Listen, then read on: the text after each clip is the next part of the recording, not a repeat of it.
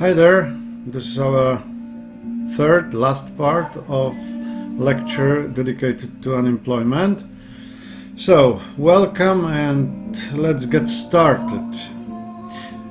Last time we looked at labor market. We found some similarities to normal markets, like market for apples, and we also were able to find some major differences. Those differences mainly manifested themselves through the concept of inelasticity of wages, a kind of nice contribution made by John Maynard Keynes.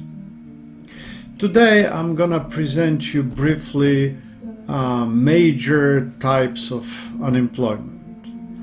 Obviously, you can look through some economic textbooks and you could find more of them, but actually we are going to discuss 5 most important in my opinion. But you need to be advised on one thing. We are going to discuss those types of unemployment,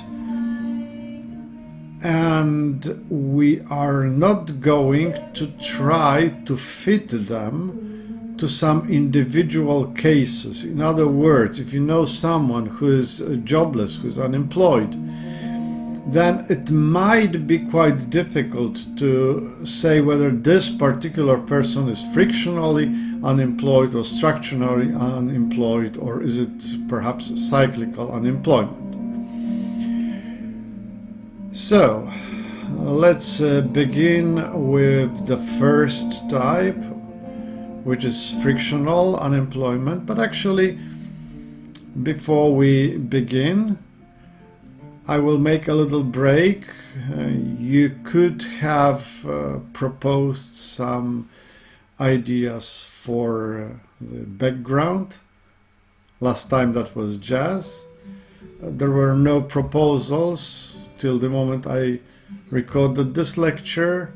So now I will allow you to try and guess what kind of background is selected for today. So I will shut up for half a minute, listen, try to find out.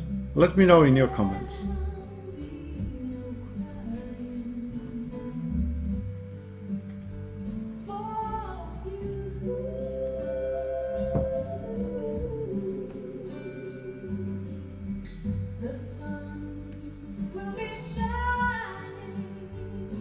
Okay, the sun will be shining and we move on to frictional unemployment. We'll link this unemployment to the dynamics of the society. People's situation change, like they graduate from schools, like they leave labor market for, let's say, maternity leave, or they want to have simply a break. People move from one place to another, from one city to another, and this would all influence their jobs.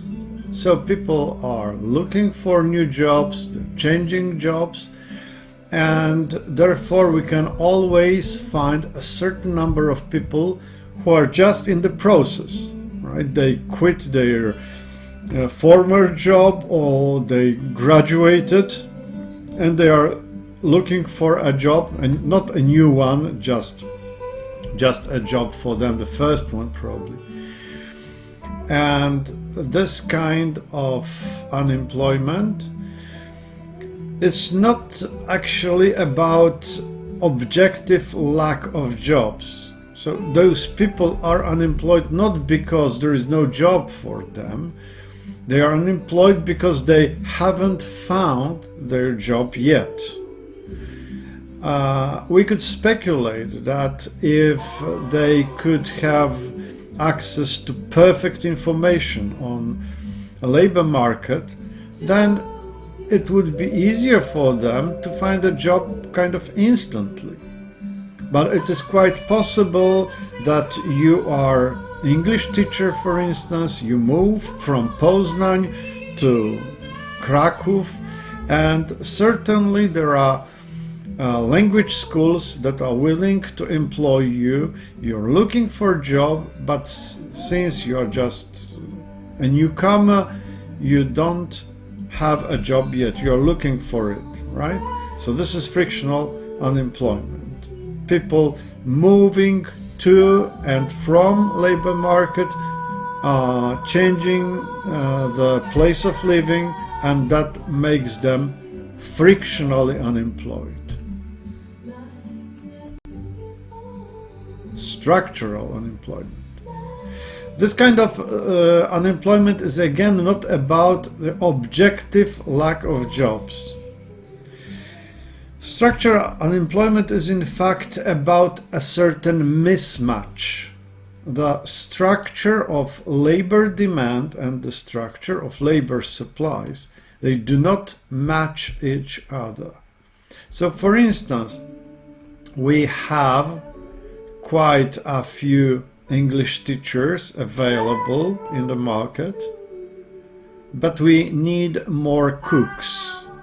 And since not necessarily all English teachers are good cooks, therefore they may be unemployed even though there are job offers in the market.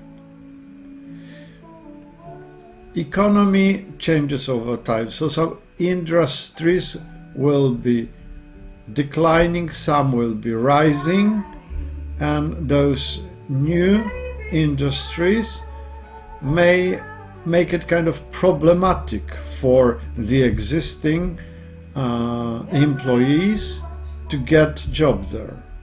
So you've got those three reasons listed here why structural unemployment may be a problem, including the last issue here about structural unemployment being a highly regional phenomena from time to time, right? So that goes, for instance, for miners. If we decide to close down mines and the miners become unemployed, there are many of them available in the local regional market, but there are not many job offers for them.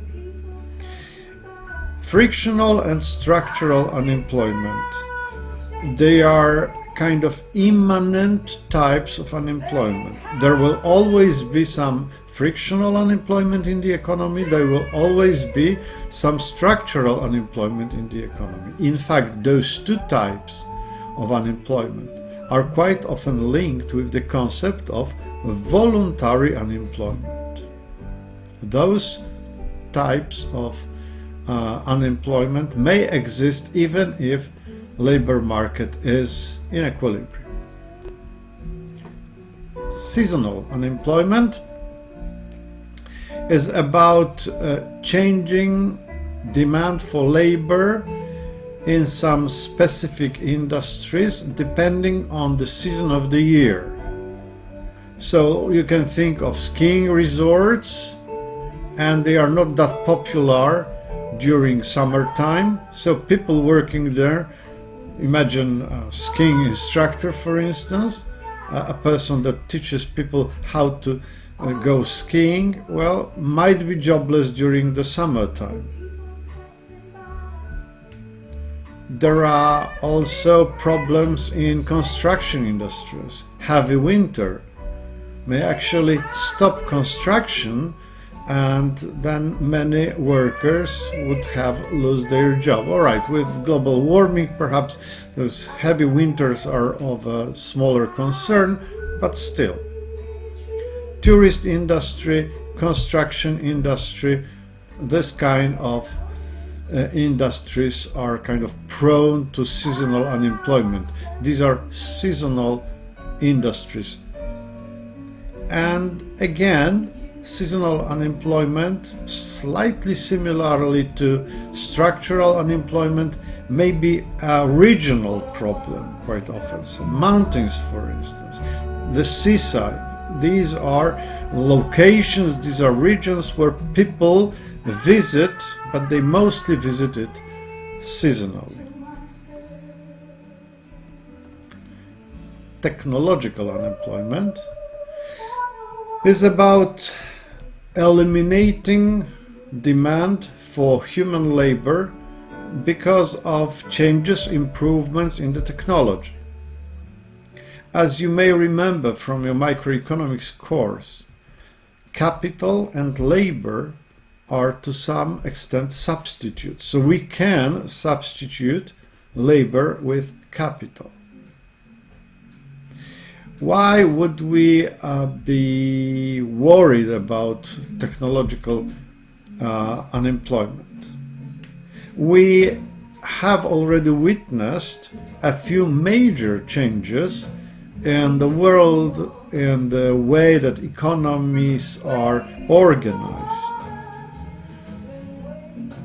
A few centuries ago, most of people lived outside cities.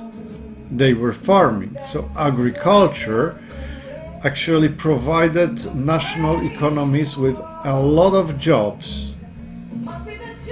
Changes in the way that we grow food, that we produce food, made many of those people actually redundant. We don't need them in villages anymore, but at the same time, the Industrial Revolution increased the need for workers in manufacturing sector.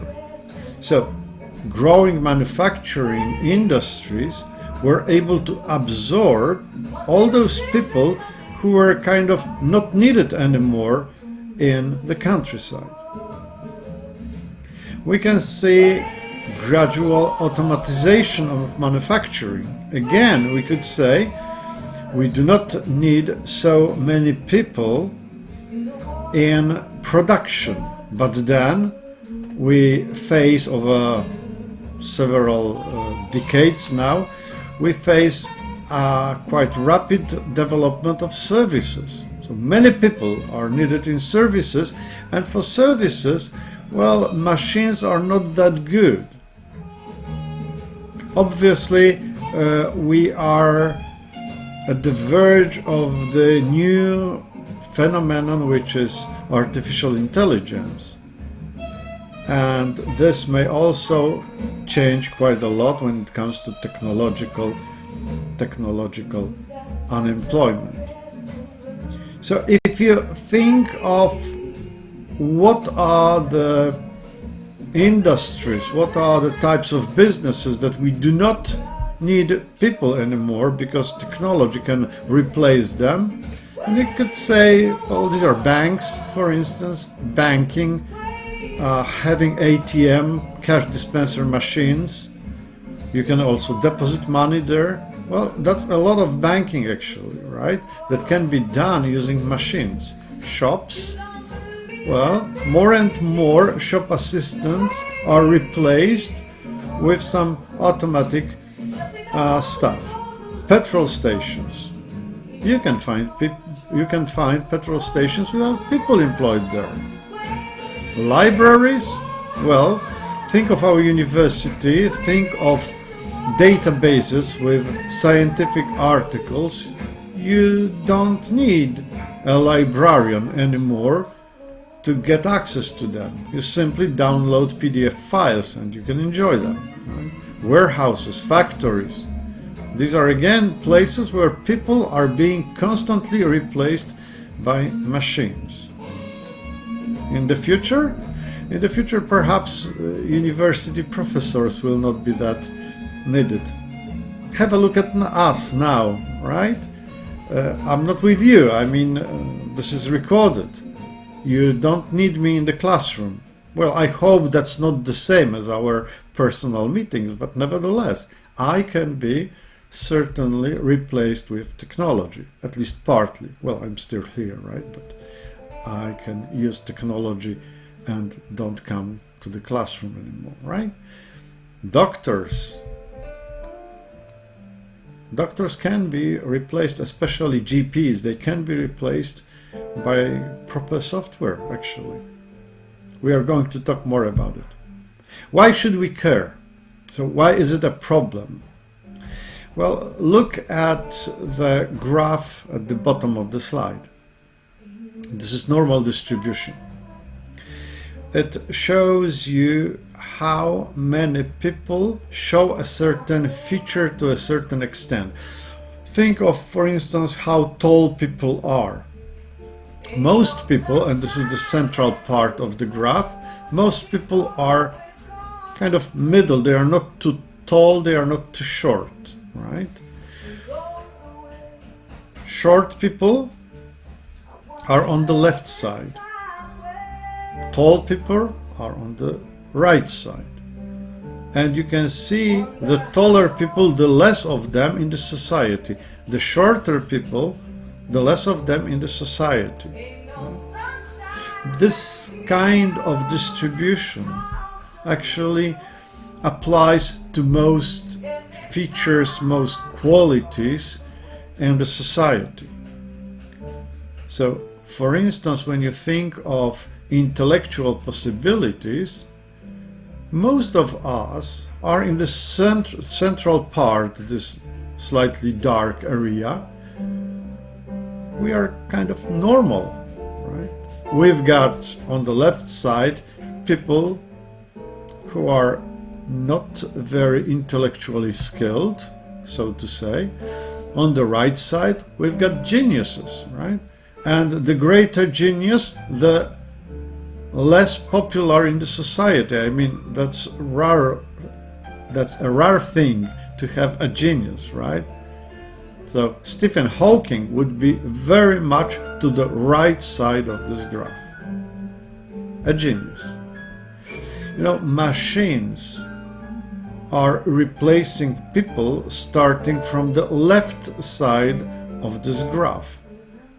And they are getting more and more to the right, taking away jobs from greater and greater number of people.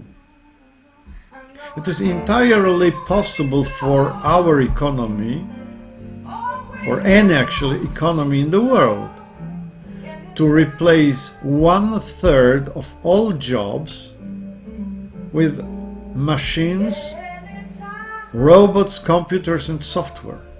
The only reason that we don't do that is the matter of cost.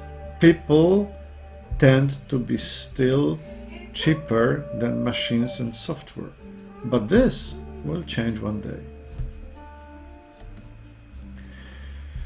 Cyclical unemployment. Cyclical unemployment is actually the unemployment that results from aggregate demand being too low. So if you remember our labor demand curve, that was kind of resultant from aggregate demand. We need people to work because we need products to be produced to meet aggregate demand. Well, if you remember that, then cyclical unemployment would be simply falling aggregate demand falling down, and labor demand decreasing as well.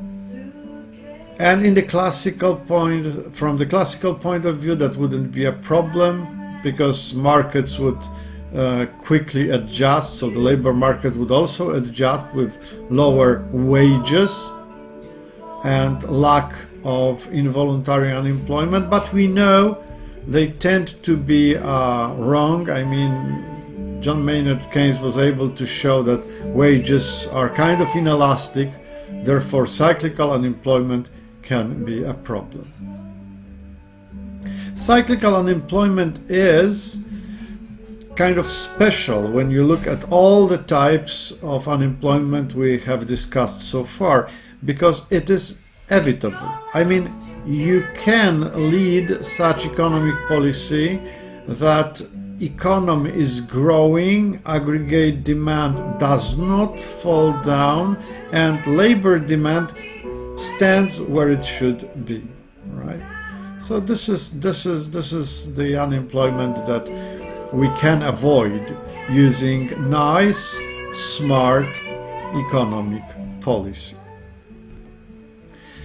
So what is left about unemployment? These are costs of unemployment. We can talk about microeconomic and macroeconomic costs of unemployment.